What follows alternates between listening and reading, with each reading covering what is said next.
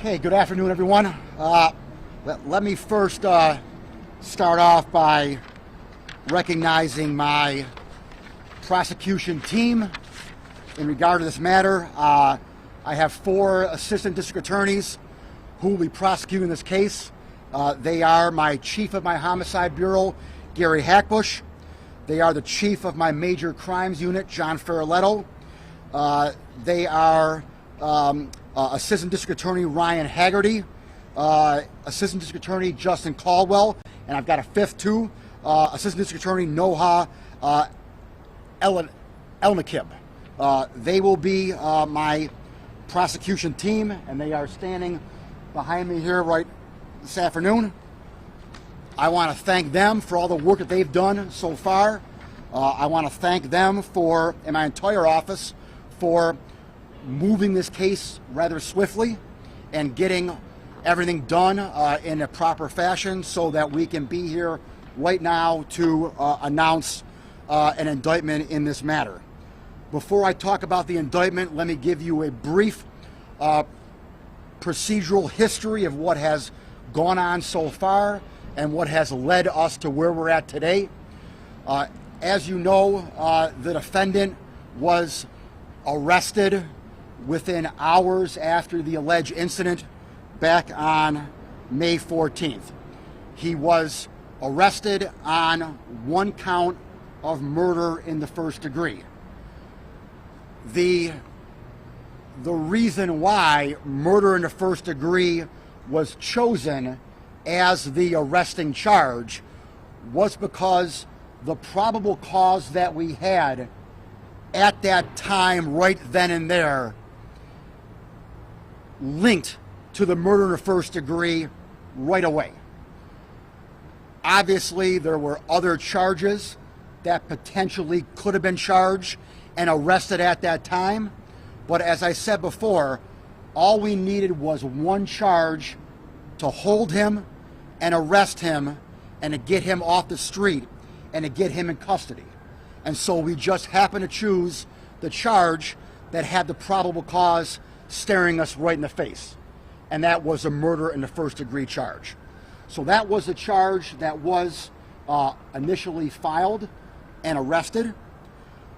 As you know, there was a felony hearing date that was scheduled for the following Thursday.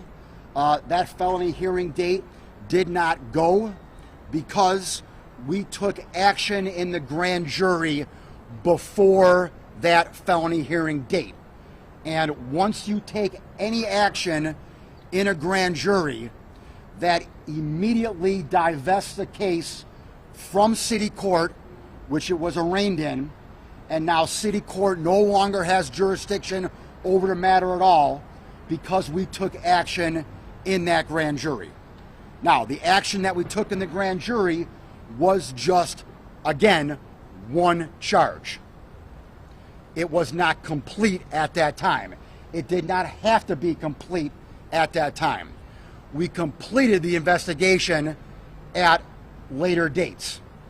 And once the grand jury came to conclusion and the investigation was done, the full indictment was reported out yesterday, and the defendant was arraigned this afternoon. He was arraigned on 25 counts of a violation of New York State penal law. The highest charge is domestic act of terrorism motivated by hate in the first degree. This is a relatively new charge in New York State. It's only been on the books since November 1st of 2020. It is the first time in the history of New York State that this domestic terrorism charge motivated by hate in the first degree has been filed. That charge only has 1 sentence if, in fact, the defendant is found guilty of that charge, and that is life without parole. There is no minimum, there is no maximum. That is the only punishment on that charge. In addition to that charge, he has been charged with 10 counts of murder in the first degree. Now, I could have only charge one count of murder in the first degree if I wanted. That could have satisfied all 10 victims and just had one count. But I chose not to do that. I chose to charge 10 individual counts of murder in the first degree. Again, the legal theory behind murder in the first degree is that 2 or more people died. Obviously, we had 2 or more allegedly in this case right here. And so, like I said, I could have just charged one count and satisfied all 10 in the murder in the first degree charge, but I chose not to. I chose to charge 10 separate accounts to list by name the 10 victims, because they deserve to be listed by name. And he needs to be held accountable for all 10. That is why I chose to file 10 separate counts of murder in the first degree. He was then charged with 10 counts of murder in the second degree with a hate crime attached to it. As I've said before, a hate crime in New York State is not an actual separate charge. The way it works in New York State is that you have a foundational charge, whether it's assault, murder, whatever it may be. You have a foundational charge, and then you enhance it with the hate crime. So that is what has been done. I charged also 10 counts of murder in the second degree with a hate crime on all 10 counts for all 10 individuals. And by adding on the hate crime charge, that also elevates it to the same level as murder in the first degree. So at the end of the day, the murder in the first degree and the murder in the second degree are all the same level. You may ask, what was the need of doing that? Why couldn't you just charge the 10 counts of murder in the first degree and leave it alone? Again, I could have done that, but I felt it was important to the community, to the victims, to charge everything that allegedly occurred on this date. And that is why I chose to charge murder in the second degree motivated by hate as well. I then charged 3 counts, and he was indicted on 3 counts of attempted murder. We have 3 individuals who survived. For those 3 individuals who survived, the attempted murder charge has been filed, along with the hate crime on top of that. I will note that 2 of the 3 victims who survived were white. They were not African American. I can still charge a hate crime on the attempted murder for 2 white people as well, because of his alleged intent. And so I did. And then the final charge is a weapons charge, criminal possession of a weapon in the second degree. The weapons charge is due to the modification of the weapon. The weapon itself was purchased legally, but it's the alleged modification of the weapon that resulted in that charge right there. So 25 counts, maximum punishment, life in prison without parole, and I have now given you my reasoning for all of these charges on the indictment. I will now go into what happens next. I'll talk about what happens next on 2 fronts. I'll talk about what happens next on a procedural front, and also what happens next on a communication front. First, procedurally, the next court appearance is July 7th at 2 p.m. for a further proceeding. That is, as you can know now, over a month out that gives us time now to turn all the discovery over to the defense team. I will note that I've already given the defense team a copy of the indictment. They asked for it yesterday, and I most graciously obliged that and gave them a copy of the indictment. And then now we have a month to turn over all the discovery and to give them all the evidence. From a communication front, this is the last time you will hear from me or from anyone in my office. That is not unusual. After a arraignment on the indictment, I never speak until the matter is concluded. That has been my MO for the past 5.5 years. I'm not going to change that now. But on top of not changing my normal MO, I have formally agreed to that as well. As everyone knows, the defense team filed a week or so ago an order, a gag order against me, so that I could be precluded from talking about this case. The defense attorneys and I and the judge came to a resolution and an agreement that I be able to talk today about the charges, about the indictment, about the elements of the crime, about the procedural nature of what's happening next. But I agreed not to talk about the evidence or talk about any facts of the case at all. So I will honor my agreement. I told the judge that I wouldn't do that anyway in open court. I gave the judge my word. I gave the defense attorneys my word as well, and my word is golden. I really don't need an order, quite frankly. If I say I'm going to do something and I give you my word, I'm going to do it. So I will not be talking about any facts of the case here right now. I will not be talking about any evidence at all. I will not even get cute.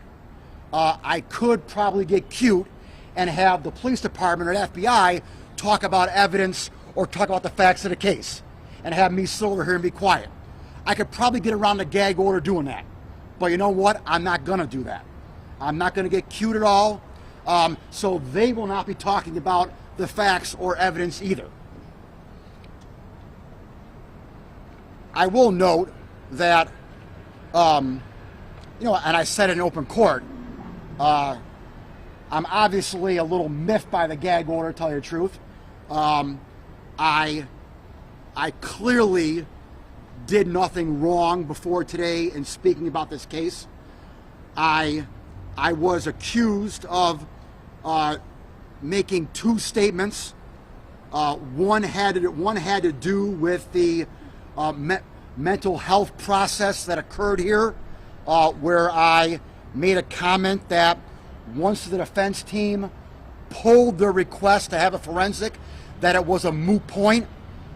I clearly was talking about it being a moot point for the felony hearing, and only for the felony hearing. I clearly established that. I clearly said that. I was not in any manner saying it was a moot point going forward indefinitely. If I implied that, I am sorry. But I know I did not imply that. I know I did not say that.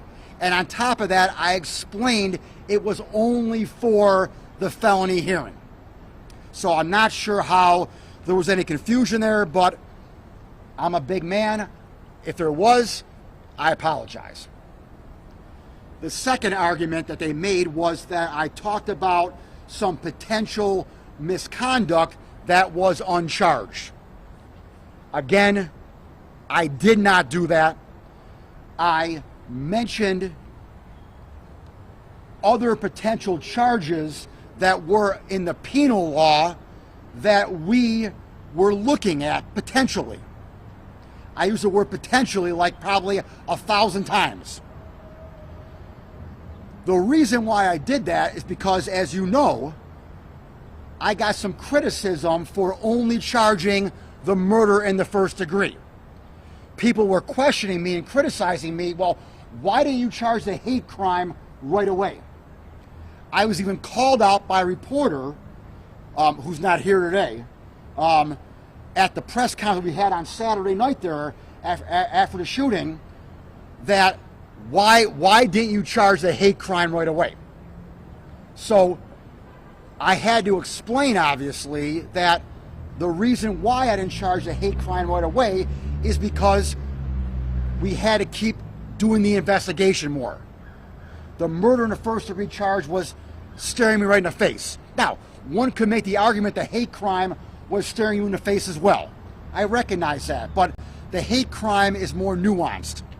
The hate crime is an enhancement to an underlying charge. And so there's more to that. And I wanted to make sure I had my I's dotted and T's crossed before I added on more charges. So I had to explain that, obviously, because I was getting criticized for not initially charging the hate crime. That was my only motivation in doing that. That was it. It wasn't to say that he did something wrong that he wasn't charged with. It wasn't to say anything improper at all. It was only to explain why I didn't charge the hate crime. Again, now, quite frankly, it's a moot point, because every charge that I talked about that we were looking at, I have now charged. And so, again, that argument is moot. I have clearly said from day one that this defendant is innocent until proven guilty. I repeat that right now. This indictment are just allegations. He has not been found guilty of anything. He is innocent until proven guilty. Everything right here in front of us right now are just accusations and allegations. And I will do my darndest to ensure he gets a fair trial. And anyone who implies that he's not going to get a fair trial, that I somehow have prejudiced him having a fair trial, is ridiculous. I've said it in front of the cameras before, and I've said it again today. How these are just accusations, and he is innocent right now. So I think that that's now been cleared up. Again, after today, I'm not going to talk anyway, so I've given my word, and we move forward. We move forward now with the prosecution. I kind of want to generally give some thank yous here, and then I want to give some specifics. Obviously, all of law enforcement, from the Sheriff's Department to the State Police to the ATF to the U.S. Attorney's Office, have been just extremely helpful in getting us to where we're at today. I can't thank the FBI enough. The special agent in charge, Steve Bologna here from the FBI, him and Director Ray in D.C. have done everything to assist us. We are total partners in this prosecution. The evidence that they've collected and the work that they've done to help me out. And it's that partnership with the FBI that I have going back years and years that has fostered that sense of relationship and partnership that we have got, here today. And this should be a model nationwide as to how local law enforcement and federal law enforcement can work together in a state prosecution. And that is what we've done, Steve, and I can't thank you enough, or Director Ray. Director Ray also sent down 16 victim advocates from D.C. to help the victims out in this case. Director Ray and the FBI have basically opened up their pocketbook to this community. To whatever we need, they are there to help us. I was in D.C. last week. I met with the Attorney General, the Deputy Attorney General, the Assistant Attorney General in charge of the Criminal Division, and all three of them basically said to me, whatever you need, you got. And it's that partnership that I really can't thank enough. Where do I start with the Buffalo Police Department? Listen here, I don't know what happened in Texas. I don't know what kind of delay that there was before they went in that school. I wasn't down there. I'm not going to criticize them. I don't know what happened. We've heard times, hours, whatever, about how long it took them to get into school. I don't know if that's true or not. I'm not going to say it's true, but I do know what's true here in Buffalo. And I do know that from the 911 call that went out to when BPD arrived, 1 minute. I do know once BPD arrived, it took them 61 seconds to apprehend the defendant. And then I do know that after the apprehension of the defendant, it took less than 10 seconds to run into Tops. For a total of probably 2 minutes and 20 seconds. So in 2 minutes and 20 seconds, from the time of the 911 call, BPD ran into Tops without knowing what was in there, without knowing if there was more shooters in there. That's the heroic nature of BPD, in the Buffalo Police Department. And I can't thank them enough for all that they did, all that they've done. They have, along with the FBI, have gotten us to where we're at today. And when you hear the phrase, throw the book at someone, well, in this case right here, the defendant just got War and Peace. Thank you, Mayor. Thank you very much, District Attorney John Flynn. It is a new month in the city of Buffalo, but we will never forget what happened last month on May 14th, when 10 precious members of our community were murdered, 3 others wounded, and our entire community traumatized by a racist, hate-filled outsider who came to our community with the stated intent to kill as many black people as possible. And that outsider filmed his actions on social media and put it out for the world to see. The wheels of justice are turning very swiftly. I want to thank District Attorney John Flynn and the staff in the District Attorney's office for their great work in moving this forward. The families of the victims have demanded and are demanding justice. The members of this community are demanding justice. And this is moving very, very quickly, as it should. Like District Attorney Flynn said, I want to recognize again the tremendous law enforcement partnership in Buffalo, Erie County, and Western New York. I want to thank the FBI, Steve Belongia, and all of the federal law enforcement agencies that work together with state law enforcement. I want to thank Governor Kathy Hochul and Superintendent Bruin for their assistance. I want to thank the Erie County Sheriff for his work and the work of his personnel. And in particular, I want to thank the members of the Buffalo Police Department, Commissioner Gramalia, Deputy Commissioner Lark, Deputy Commissioner Wright, who is with us today and the members of the department that responded. If not for the swift response of the Buffalo Police Department, more members of our community would have been killed on May 14th, 19 days ago.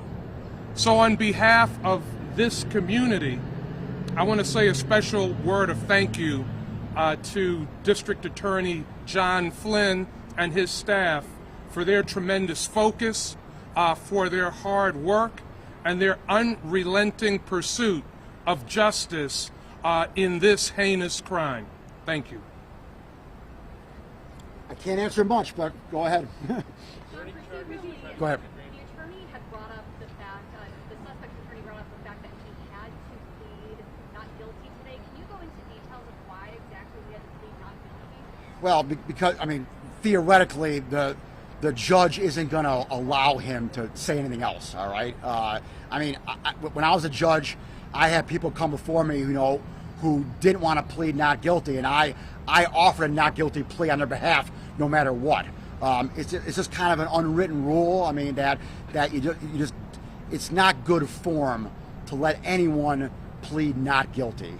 It's just, you know, I as a prosecutor, if the defendant didn't want to plead not guilty, as a prosecutor, I would have demanded him to plead not guilty, just for fairness and for the process to go forward.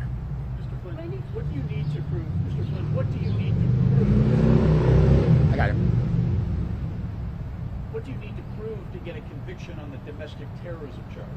I need to prove that 5 or more individuals were murdered with the intent of it being racially motivated. So the number there is 5. It's 5 or more for domestic terrorism charge. On a murder in the first degree, it's only 2 or more. Could you talk a little bit about the evidence itself? Just describe it a bit, like just the size. Are we talking about minutes of video? Yeah. I mean, I like that. yeah, I can't. Not about it, but just. I got it. Yeah. There's a lot. There's a lot of evidence here. There is a lot of material here. It's been talked about in the news, obviously.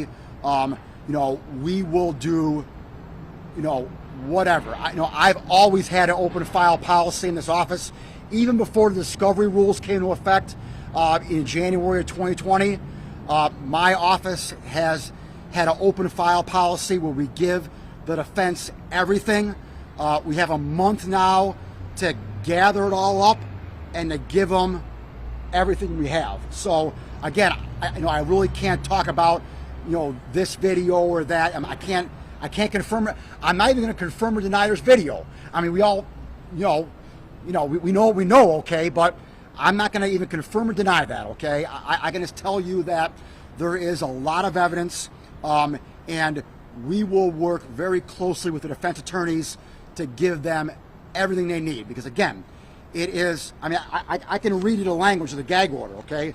The first paragraph of the gag order says that upon agreement between the defense attorneys and me, in an effort not to impact the integrity and fairness of these proceedings. So that is my goal. My goal is to make sure that this process has integrity and is fair.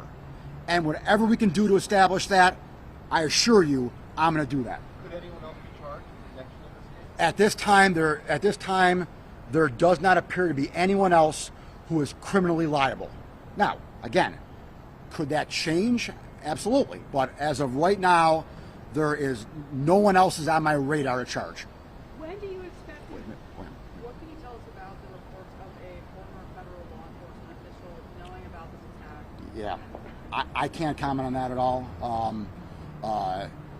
Because if I do, that would kind of go toward, the evidence per se and what people knew and did not know leading up to the crime. So I won't go there. When do you expect federal charges? Would it coincide with what's happening? No, it'd be totally separate. I have no idea, even if federal charge will be filed. I'm not in that loop at all. Steve and I work as far as evidence and as far as gathering the evidence for the case. Steve and I don't talk at all about any federal charges. That's in their lane. I'll stay in my lane, but they can run parallel. There can be a state trial track and a federal trial track that goes at the same time, and neither one will impact the other. I mean, the only way it impacts is basically, if I need Steve to testify for me, then I got to have him on one day and then they have him the next day. So it's just like logistics, that kind of stuff. But besides logistics, they can both go at the same time. Were there any charges you wanted the grand jury to indicte on that you said no? I can't comment on that. Yeah. Is the suspect's family cooperating with law enforcement? Yeah, sorry, I can't comment on that here. Yeah. Is he being held under any special conditions? He was held under suicide watch. I'm not sure that's been lifted or not, though.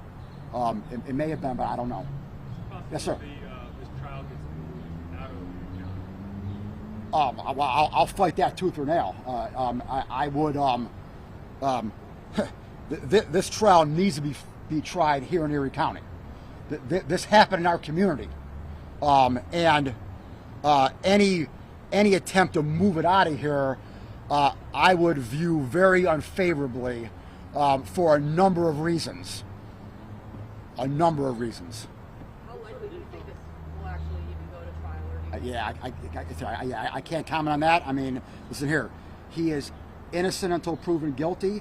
He has the constitutional right to a trial and to a fair trial. And that, under my watch, that's what's going to happen. What sort of influence did you share with family members, at least one hallway that said they were concerned that they were being involved or hearing from prosecution about how things were proceeding? Well, I'm not sure who you talked to, but every family member was notified yesterday. As soon as it was reported out, obviously it is illegal for me or anyone in my office to talk about what happened or what happens in a grand jury. So during the grand jury phase, that is entirely secret, and the family members knew that. As soon as it got reported out, now it's public. It got reported out at 9:31. At 9:32, my office was on the phone to the family, all families, to notify them what took place. In addition to that, I believe the families met here at 1 o'clock, right? Several. So we offered all the families to come here at 1 o'clock before the arraignment to walk them through the arraignment process. So the point people for all 13 families or 10 families, the point people all were notified. If some cousin out there didn't get the word, I can't notify every cousin, okay? We have a point person for all the families. They were notified immediately yesterday morning. How long do you expect this whole process should take until we get a verdict and the families might have some closure? Yeah, that I can't tell you. I mean, I was supposed to be on a phone call this morning with the El Paso DA. Unfortunately, she had to cancel the telephone call. That Walmart crime happened a number of years ago. It's just going to trial right now. I hope it doesn't take that long here, but these things do take a while, and it all depends. So this was an 18-year-old with a powerful gun that had been modified. Texas, another 18-year-old with a gun. Maybe you or the mayor actually, can you step back maybe and say, what do you tell residents here about what's happening in this community and across this country about gun violence and what it has become?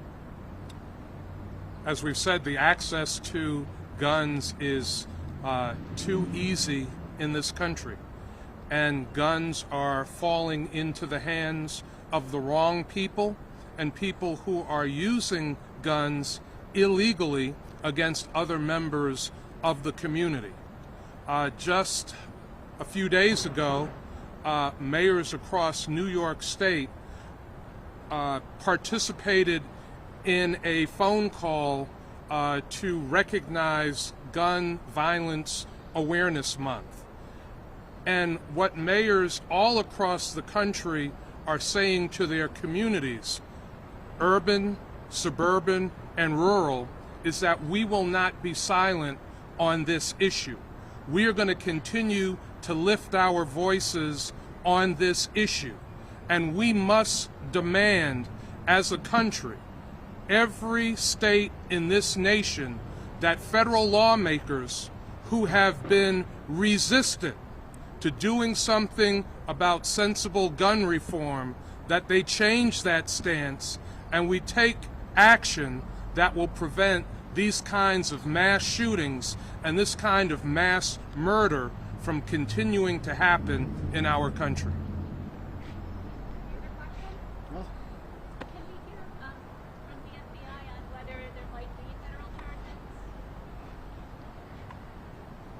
I can't speak to when or if the federal charges will come. That's the purview of the United States Attorney, and you'd have to consult with her to answer that question. I will say the FBI and our state, local, and federal partners are continuing to vigorously work this investigation.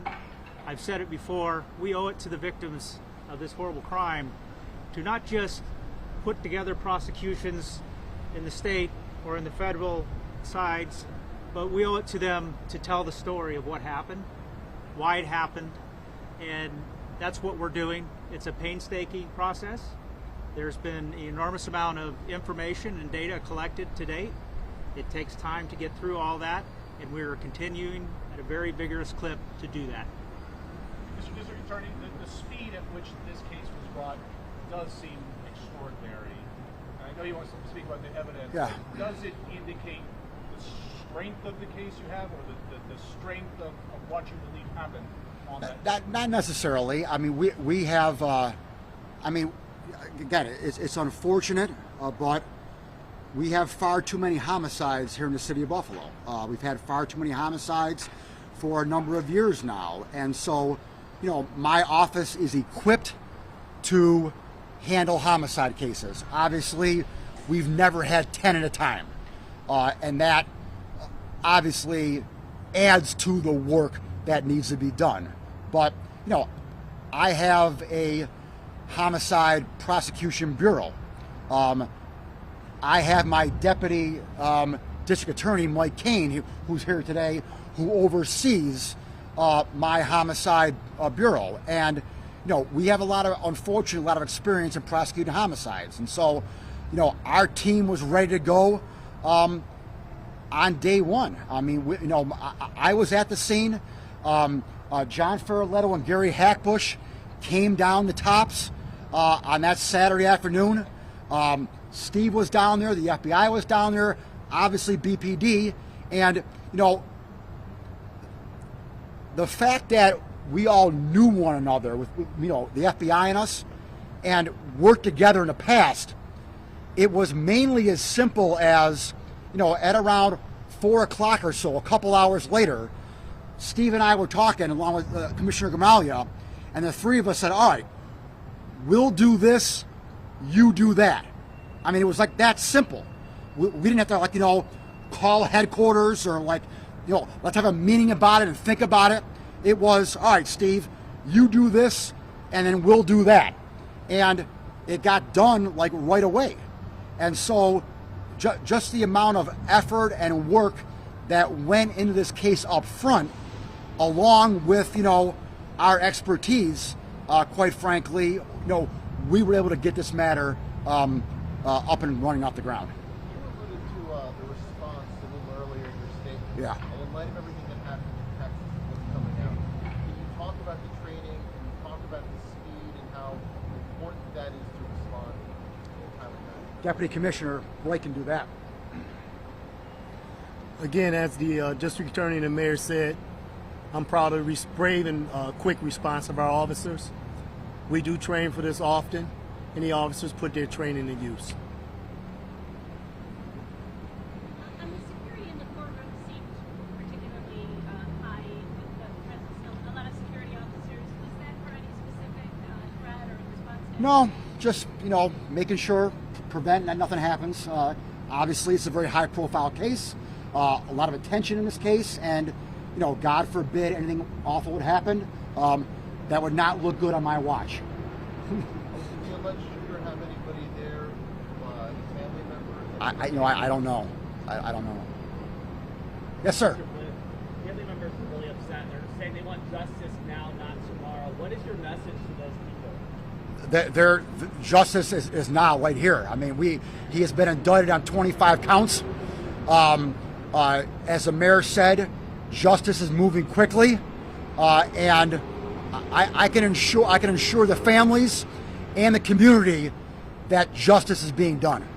How are the law enforcement officers that responded to the scene doing? I mean, this was a horrific thing that they had to respond to. How the law enforcement officers that responded, how are they doing? Officers are strong. They're beat. Of course, they're taken aback of what happened.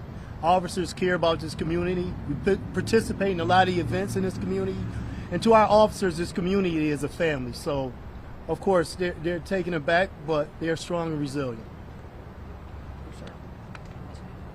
And I'll speak to the FBI on that. We obviously are very concerned about the well-being of the agents and analysts and professional staff who've been involved in the investigation, as well as task force officers and others.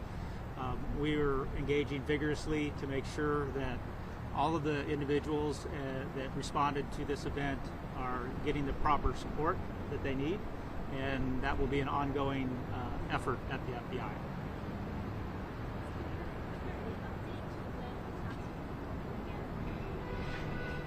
I can't give you an exact date on when the TOPS will reopen, but the president of TOPS, John Persons, has committed that the TOPS will reopen, and he has indicated their plan to fully remodel the interior of the store. They will do a remodel on the exterior of the store. They are looking to provide additional offerings for the customers that use the store beyond what they had prior to this terrible tragedy. TOPS has been excellent in their response, providing for the food security of the surrounding community, making sure that members of the community that use the pharmacy to fill their prescriptions still have those services, providing counseling for employees of the store. So the commitment is that the store will open as quickly as they can do the remodeling on the interior and the exterior. So I'm very pleased with that commitment and pleased with what TOPS has done in the aftermath of this terrible tragedy. Is there a plan for any sort of memorial at the site? A number of people have expressed interest in a memorial. I certainly am supportive of that. We will be pulling together an effort to look at how to do that properly, sensitively, respectfully, but many members of the community have expressed a desire to see some type of memorial to the Buffalo 10.